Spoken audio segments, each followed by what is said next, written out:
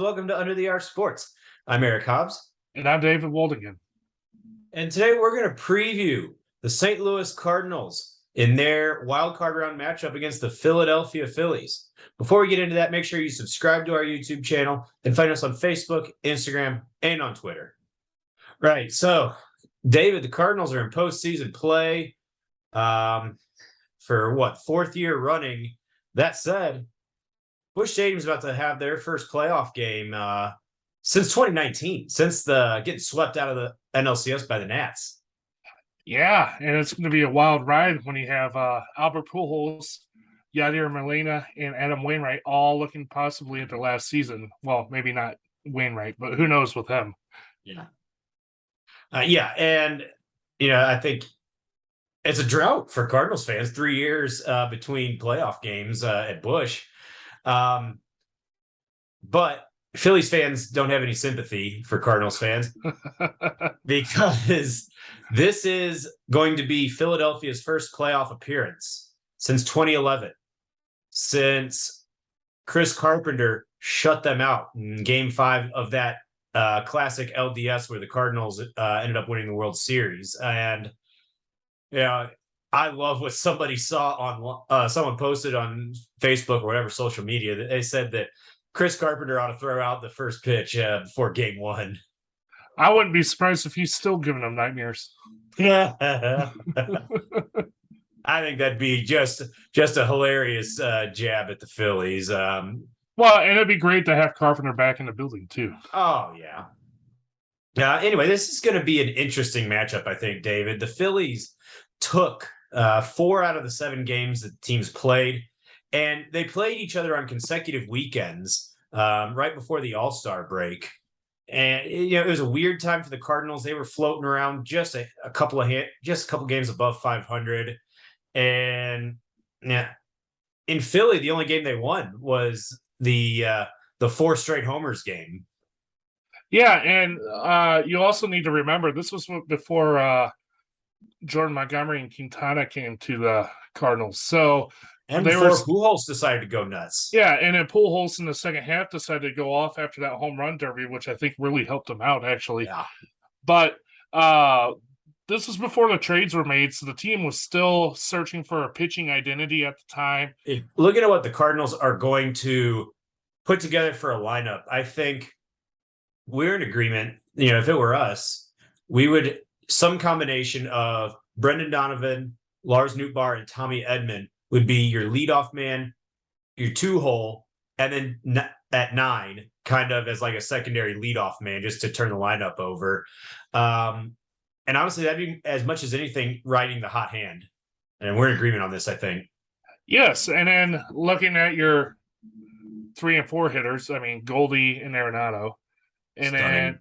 Then, and then honestly, I keep playing Albert. He's hitting the ball well. He's continuing to just destroy the ball, showing his Mr. October, if you will. In my opinion, you really can't sit him anymore just because he's destroying all pitching now, not just left-handers. So you got to get him in there just because of what he can do. And then I would have him protected by Corey Dickerson, who has been playing a strong second half, believe it or not. Oh, no, he's been great since the All-Star break. He's legitimate protection for Pujols in your 5 and 6 spots, which is kind of interesting. After that, I think you got Dylan Carlson batting 7th. And then, Yadi and Kisner. I think Kisner's probably a little bit better at the plate, but when you're talking about a little bit better being batting maybe 235 or so, I think you have to roll with Yadi in all of his playoff experience. I don't think there's any question there. Well, and how he can lead the pitching staff, you got to have exactly. Yeah. And then, the third of the 3, call it the fast guys, Donovan, Edman, and Nootbaar batting 9th to turn the lineup over. And then for pitching, I think Ali Marmol nailed it with having Quintana as your Game 1 starter and Miles MIKOLAS as your Game 2 starter. Game 3 to be determined. That I'm really curious to see if that's one where Marmol hasn't decided or if he's going to let circumstances dictate. That said, David, all 5 of the Cardinals starters will be on the roster. Yeah, and it's definitely going to be interesting to see how they are used. How quick Ollie's hook is going to be with the guys out on the mound. He could let him go one or two times through the order and then throw another starter out there if he needed to. I'm interested to see how they use Jack Flaherty. He won't be pitching like back-to-back games, most likely, but I think they'll use him in a spot for multiple innings, maybe even. So remember, for Quintana, the book on him said that third time through the lineup, look out, right?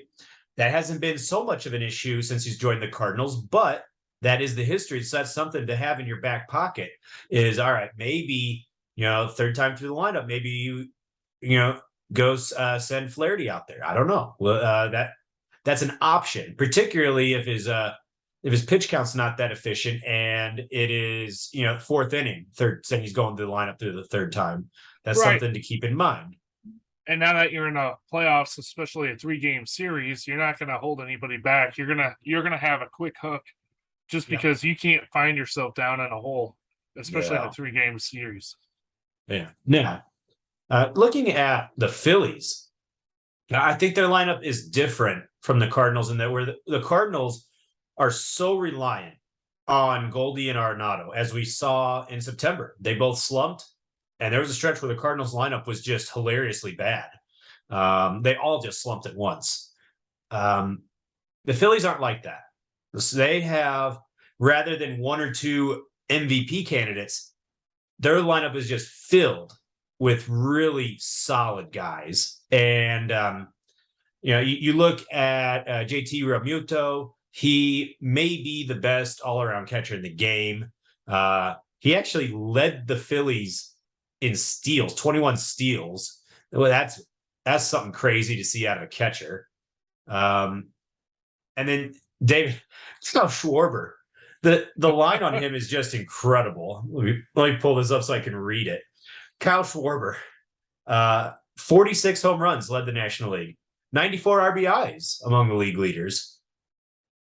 218 batting average, and even 200 strikeouts. I mean, what do you do with that? It's crazy. Well, and he's going to hit against the Cardinals because he always has. Yeah. I mean, and you brought up a point that could make a difference. Hitting at Busch Stadium, different than Citizens Bank Park. Could be an impact. I don't think it'll make a huge difference, but it's something to keep in mind. Well, and if you look at the series split, the Cardinals were 2-2 against the Phillies in St. Louis. Yeah. I don't know. It could be a factor. I mean, it's a pitcher's park.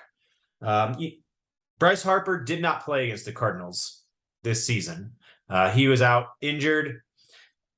It'll be interesting to see what the Phillies lineup looks like with him back in there.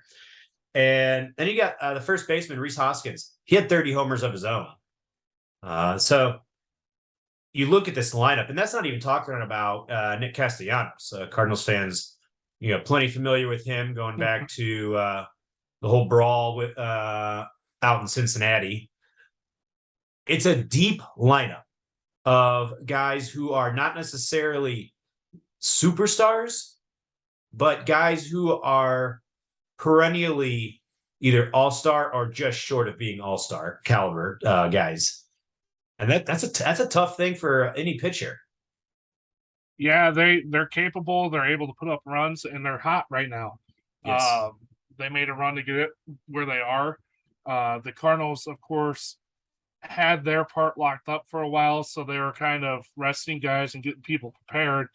I've always wondered if the team who's had to struggle and sneaks in at the end tends to be favored, especially in a short series, because they've been playing for their life already. They've already been in that tension. The Cardinals have to ratchet it up. Yeah. And as you said, our lineup is dependent on how Arenado and Goldschmidt do. If they're not hitting, the Cardinals are going to struggle. Now, the whole lineup might be in for a challenge, particularly in game one, facing Zach Wheeler for the Phillies. He pitched against Cardinals twice in those back-to-back weekends. twice in 6 days, actually, combined 14 innings, no runs, 9 hits, 10 strikeouts, 2 walks. He owned the Cardinals. 7 shutout twice in 6 days. So the Cardinals are going to have to figure something out, or they're going to, day one of the playoffs, they're going to be on the brink of elimination. And, then you don't want to be in that position facing Aaron Nola in game 2. Cardinals got to win against him in the regular season, but at the same time, you don't want to have to beat Aaron Nola to avoid elimination. And then they've got the lefty Suarez as their game 3 starter, facing the to be determined pitcher for the Cardinals. Now, David, prediction time. This is a weird series. The money line I saw, I think the Cardinals were minus 140 and the Phillies were plus 120. So Cardinals a slight favorite in game 1, but that's by no means definitive. I think game 1's going to tell it all.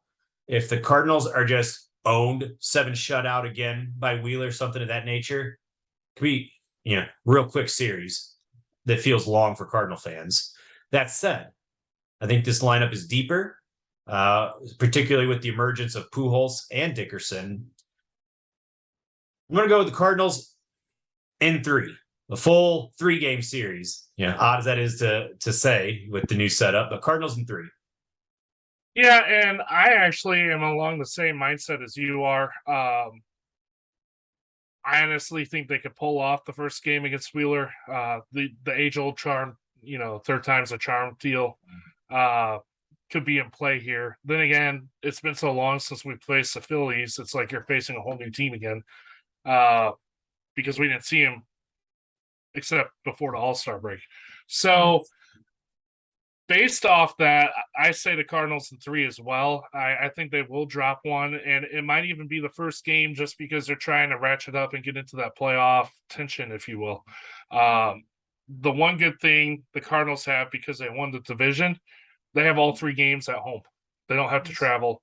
They don't have to worry about that. And I think that's going to be a bigger advantage than people realize, because there's no travel between the 3 games. So hopefully Cardinals fans are rowdy. We've seen this with teams that don't make the playoffs that often. Their fans, when they host a playoff game, they're nuts, and it adds to the environment. And think about college football or any other sport, really. It is an advantage for the home team when the crowd is really into it. So I think if the Cardinals fans, been 3 years, hopefully they can ratchet it up and make it more of a home field advantage. Well, I think they will be with the Pujols Molina saga, because they want to get them their ring, if you will. And then one other thing, fans historically didn't do that. When the Cardinals went every single year, unless it was the World Series, it was almost like a regular season game once games started. Yeah, but one other thing to remember, and the reason I mentioned the home field advantage is if for chance they go into a pitcher's duel and make it into extra innings, the Cardinals will have the advantage because they bat last. Yes. Which is huge in extra innings, in my opinion. Because if you can stop the other team in, say, the 10th inning from scoring a run, or they only let one run in, you know what you have to do as a team to tie or win the game. So I think the ball is in their court or stadium, if you will, and I think there's a good chance they could come out ahead. And hopefully, I think it's going to be a very competitive series, very close, tight. And I know they do this for every game 1, so hopefully we get to see the good old St. Louis Clydesdales come out. Oh yeah, for multiple rounds, not just this one. Absolutely. But until the games are played, stay tuned to Under the Arch Sports, and we'll keep you up to date with things.